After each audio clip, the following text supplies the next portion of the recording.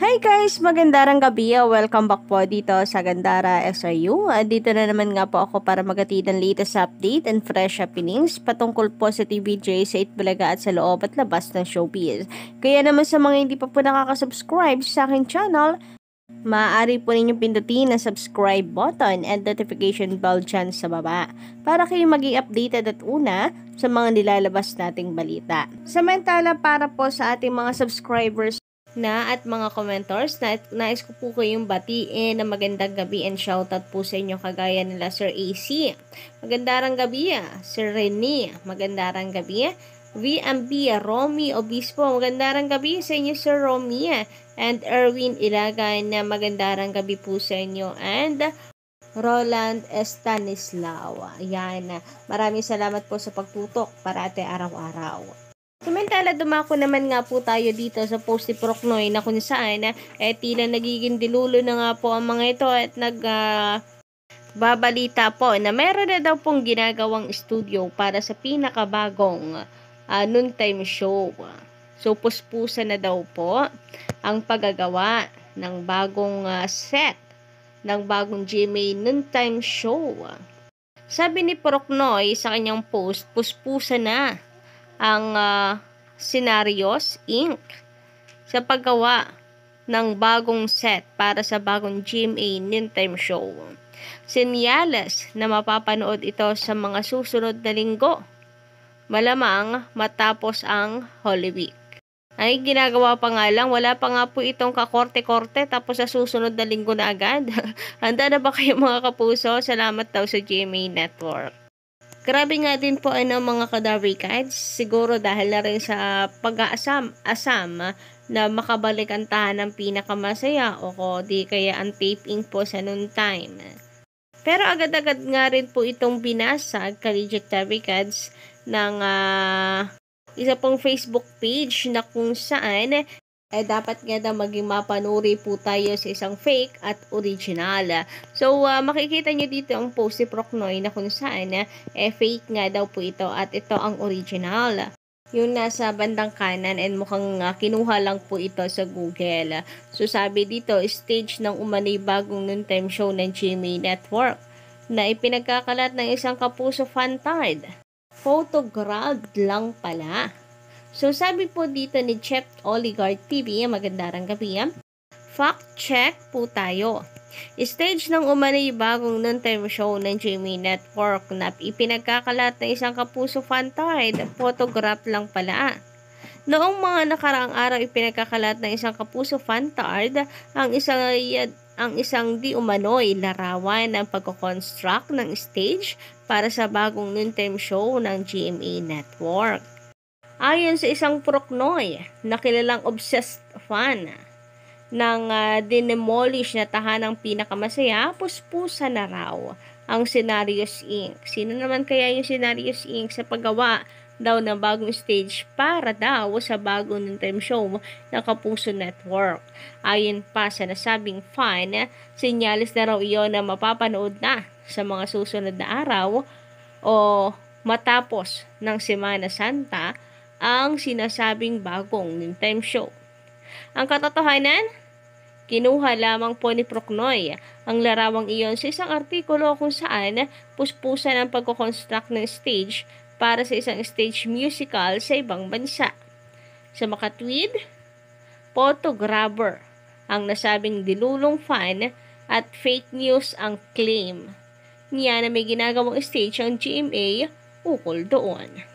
Ang ipinapakalat niyang litrato ay ang stage construction para sa LA Opera na inilathala noong Setyembre 2021 bilang paghahanda sa reopening ng nasabing establishmento sa publiko matapos ang isang taon na dulot ng COVID-19 pandemic.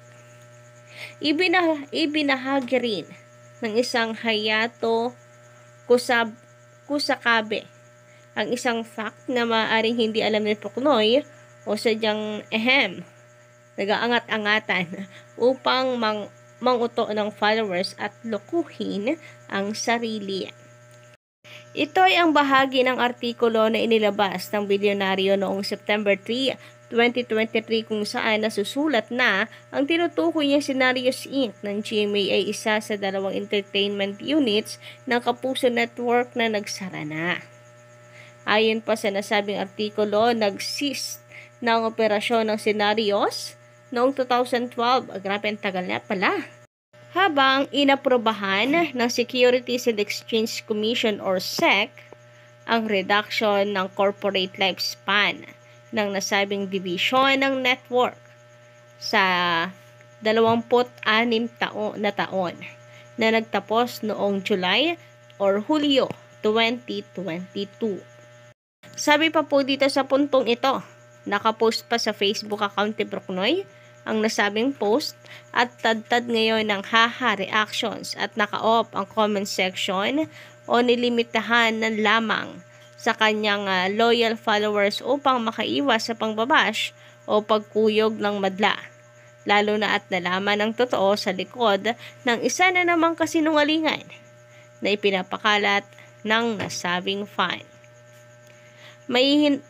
Maihahalin tulad din ang nasabing photographing sa strategy na ginawa ng mga pages na sumusuporta sa kumpanya nila Bongbong Marcos at Sara Duterte noong halalan 2022, kung saan kukuha sila ng ilang larawan ng isang big crowd sa isang venue o motorcade at palalabasin na iyon daw ang malaking crowd sa isang rally o meeting de avance ng unit team. Sa puntong ito, wala pang inilalabas sa pahayag ang GMA ukol sa magiging kapalit ng giniba ng palabas sa tanghalian.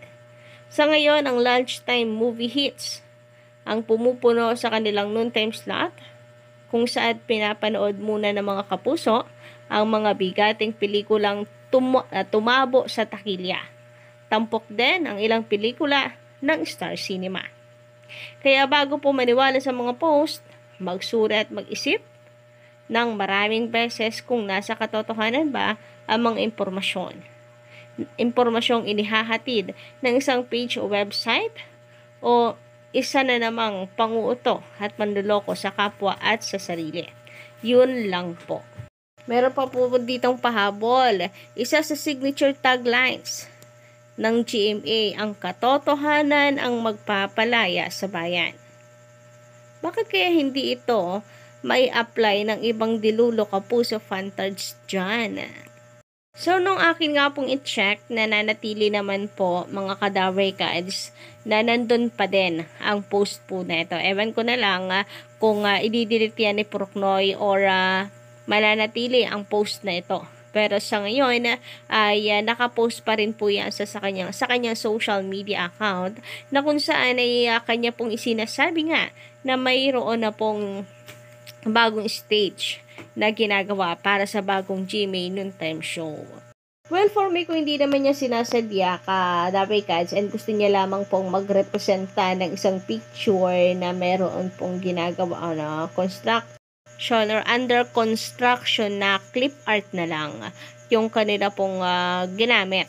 O kaya emoji na nagre-representa na talagang ginagawa na po ang bagong studio kung talagang mayroon pong ginagawang bagong studio. Pero kung kanya naman pong sinasadya na manloko lamang at sokohin din ng sarili, maigi na rin nga po na may lumabas na balita tungkol po dito para maging malinaw po sa publiko. Samantala, sabi naman po dito sa komento ng iba pong mga netizens, tahanang pinakamasiya will always be one of Philippine TV's worst experiments in history. Grabe nga yun. Worst experiments in history ng Pilipinas. The karma of Tape Inc. to cut ties with Itbulaga just because of trademark issues. Nako, saklap nga eh. Umabot po tuloy sila sa ganyang punto. Kung hindi po sana nila iniwan na ang TVJ at inaangking pilit ang Itbulaga, de sana nananatili pa rin po na nasa kanila ang pagiging number 1 at sila pa rin ang producer ng Itbulaga. Pero siguro ganun nga daw talaga kapag masyado kang naghangad ay lalong wala pong matitira sa'yo. And ang sakit lang pakinggan no, na ang tahanang pinakamasaya daw ang isa sa mga Philippine TV's worst experiments in history. Aba, at least napasama sa history. Charis. Sabi naman dito, sa sobrang gahaman ng halusos, ito nga po yung sinasabi ko, siblings, ayan tuloy ang naging bunga. Kung hinayaan na lang nila muna yung gusto ng TVJ na makaabot ng 50 years, di sana walang nangyari na off-air ngayon. Yun na nga Yun lang naman na gusto ng TVJ, makaabot po sila ng 50 years and magre-retire na sila. Pero hindi po nakapagantay ang bagong pamunuan po. So siguro, kasi nga bago po sila, gustong magpasikat, gustong may patunayan, yun nga lang ang saklap ng kanilang napatunayan. Yun ay yung hindi nila kayang magpatakbo ng isang noontime show. Hindi natin masasabi ng Itbulaga lang kasi nagpatakbo rin sila ng tahanang pinakamasaya pero hindi rin po talaga nila kinaya. Kasi nga naman, sabi po nila, TVJ pinalta ng isang Buboy Villar at Paulo Coentis. So, magtataka pa daw ba kung bakit nagsara agad ng maaga. So, yun lang po muna for tonight, guys. Don't forget to click the subscribe button and notification bell para po sa iba pang mga balita.